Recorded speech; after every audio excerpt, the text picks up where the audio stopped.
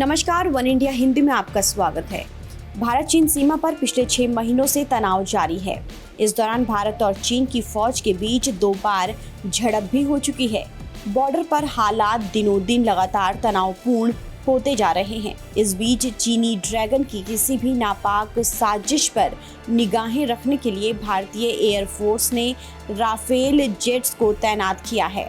तनाव के बीच राफेल लड़ाकू विमानों ने लद्दाख के आसमान में उड़ान भरना शुरू कर दिया है, जबकि MiG-29 तेजस पहले से ही चीनी सीमा के पास उड़ान भर रहे हैं। राफेल के औपचारिक रूप से वायुसेना में शामिल होने के 10 दिन के भीतर ही सीमा पर दुश्मन को ललकारने लगा है। राफेल विमान 10 दिसंबर को वायुसेना में शामिल हुआ था। वायुसेना की ओर से लद्दाख बॉर्डर पर राफेल के अलावा Sukhoi 30, MKI Jaguar, Miraj 2000, MiG-29 और अब राफेल लड़ाकू विमान को तैनात किया गया है, जो लगातार उड़ान भरकर चीन पर नजर बनाए हुए हैं। वायुसेना यहां दिन के अलावा रात में भी उड़ान भरकर चीन पर नजर रखती आई है। सूत्रों की माने तो रविवार को राफेल के पायलट्स अंबाला से लद्दाख तक राफेल को उड़ाकर ले गए थे। रिपोर्ट्स के मुताबिक इस मिशन का मकसद लद्दाख के ऑपरेशनल एनवायरनमेंट को परखना था। IAF के पास इस समय 5 राफेल जेट्स हैं और ये पूरी तरह से ऑपरेशनल हैं। अधिकारियों के मुताबिक इस समय चीन के साथ जारी टकराव के दौरान भी ये जेट्स किसी भी मिशन को सफलतापूर्वक पूरा कर सकते हैं।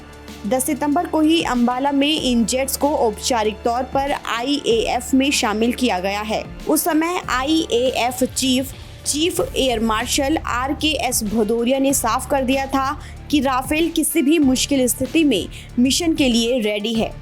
Chief air marshal RKS Bhadauria के मुताबिक राफेल जेट्स भारत की जरूरत के हिसाब से उड़ान भर चुके हैं।